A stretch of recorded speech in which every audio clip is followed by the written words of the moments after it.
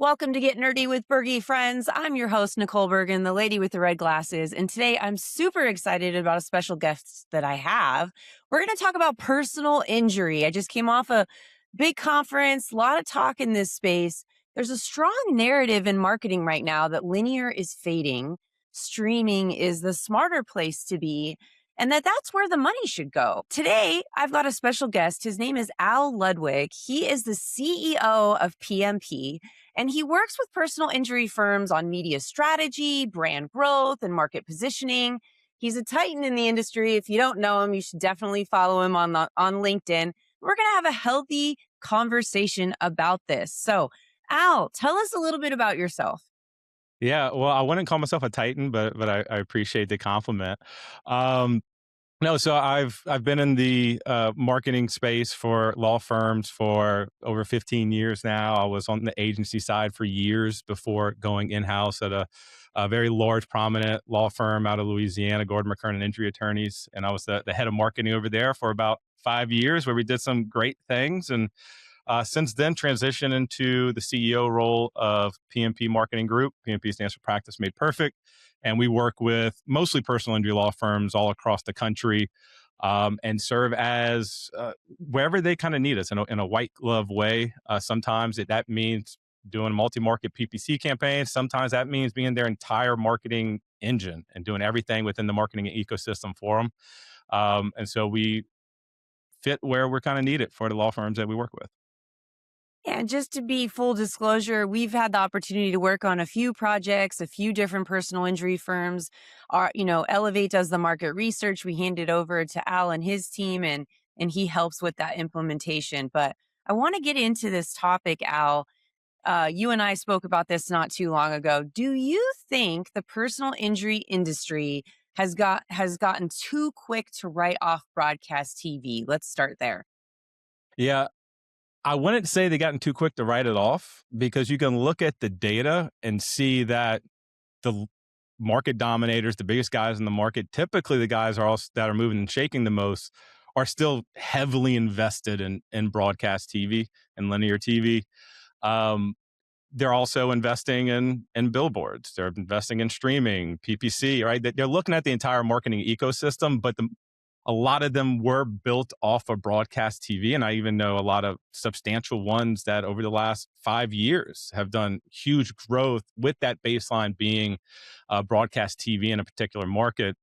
I would say that, you know, overall, there's a lot of chatter out there. There's always something new to talk about, always something interesting. And I would say that there's a lot of law firms that are quick to write something off, that the true narrative is it doesn't work as well as it did, and not it doesn't work. And I've Mm. seen law firms make the mistake of, they've been heavily invested in broadcast billboards and a lot of other things throughout the years, and they start chasing shiny objects. So whether that's Yeah. getting heavily invested too early on streaming in their market without any visibility into the competitive side, which we have visibility into competitives, but I know a lot of them that just made the decision blindly. I know firms that have seen substantial decreases because they either pulled back broadcasts substantially. Some of them got completely off of it for a time being. And the proof is in your own numbers. Right. I do want to share a piece of research with you on my screen right now. This is the Nielsen Gauge report, and I think it's a fun place for us to continue this conversation. This has been circulated around a number of times throughout Hmm. the industry, and it's startling, right? You look at that 48% and you go, whoa, I need to diversify my mix. And I'm going to focus on the personal injury industry right now. My answer to this is a little different for other industries, but look at all those platforms, right? Netflix, Prime Video, YouTube. And so the average marketer looks at this, Al, and goes, wow, I need to move 48% of my video impressions to streaming. How do you respond? First, the caveat this with, I like streaming, right? I like streaming. I like to use it in the right situations. But when I'm looking at, I usually look at this through a lens, whether it's for my clients or for where I used to work from. We want to be a market dominating personal injury law firm. We want to grow up and to the right. which means that we have to be willing to work our cases in a manner where we're willing to take as many cases as possible that come in the door, and not just go for the catastrophic ones, which, by the way, usually come from the referrals from the lower ones. But with that in mind, your target market ends up being anybody with the body that can get injured and anybody who drives. And so we focus on going places where we can get the most coverage for the lowest CPMs. But when we're looking there, streaming, yes, 48%. It looks like I should be spending 48% there. But where are people taking in their ads most often? And right now, the share of ad voice across the major video platforms, broadcast still dominates it by about 2.5 times over streaming. And a So big part of time out. So I want to simplify, if I may. AVOD versus right? Mhm, Ad supported versus subscription. So mhm. yeah, Netflix has a very large audience of streaming minutes, but how much of that is ad supported, ladies and gentlemen? Another example of this is in the streaming audio space, right? A lot of times you ask an average person now, they'll be like, Spotify is the leader. It is based on the total minutes. But if you look at the ad supported minutes available to people like you and me, marketers that are trying to reach the consumer, Pandora actually has more ad supported minutes than Spotify. So when you see these press pieces and these Nielsen Gauge reports like buyers beware, what are the ad supported minutes available to you as a marketer? Netflix, a lot of people that are on Netflix, I know it's the number one streamer outside of YouTube, but do you have the free version of Netflix, Al? No, Of course not, I don't right? know. Do I? No. So, I mean, I know that's a sample size of 2, but think about it, guys. You're only able to connect through those streaming platforms through the ad supported versions.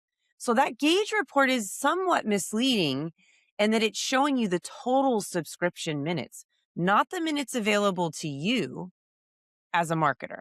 And I think that's an important point.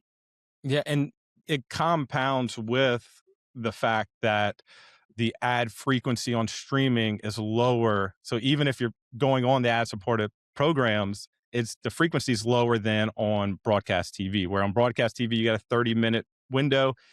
At least 8 minutes of that is going to be ads. On streaming is something more along the lines of 3 to 5 minutes.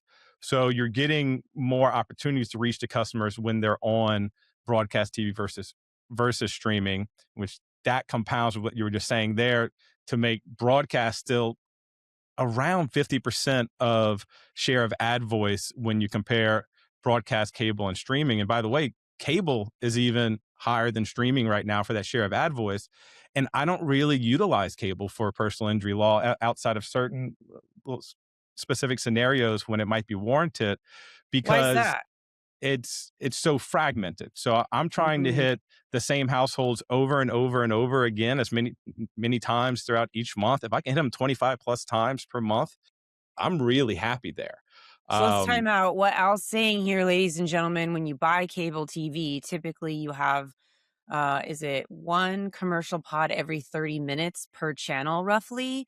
So you might get a commercial in every half hour, whereas in broadcast TV, whatever, 6 to 11 minutes, there's a commercial break. So the frequency that you can get in a collapsed amount of time is a lot easier to achieve. yeah, and when I look at kind of growing a substantial PI firm, Hmm. people hate to hear it, but I do go, my audience is everybody.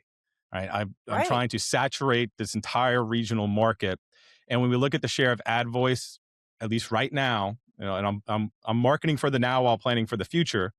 Um, the 4 broadcast stations are always ranked 1, 2, 3, and 4. Fifth is usually YouTube. So Hmm. when I do start going into the streaming place, I'm usually going to YouTube first before I go to the more typical streaming areas like Hulu and Tubi, things like that.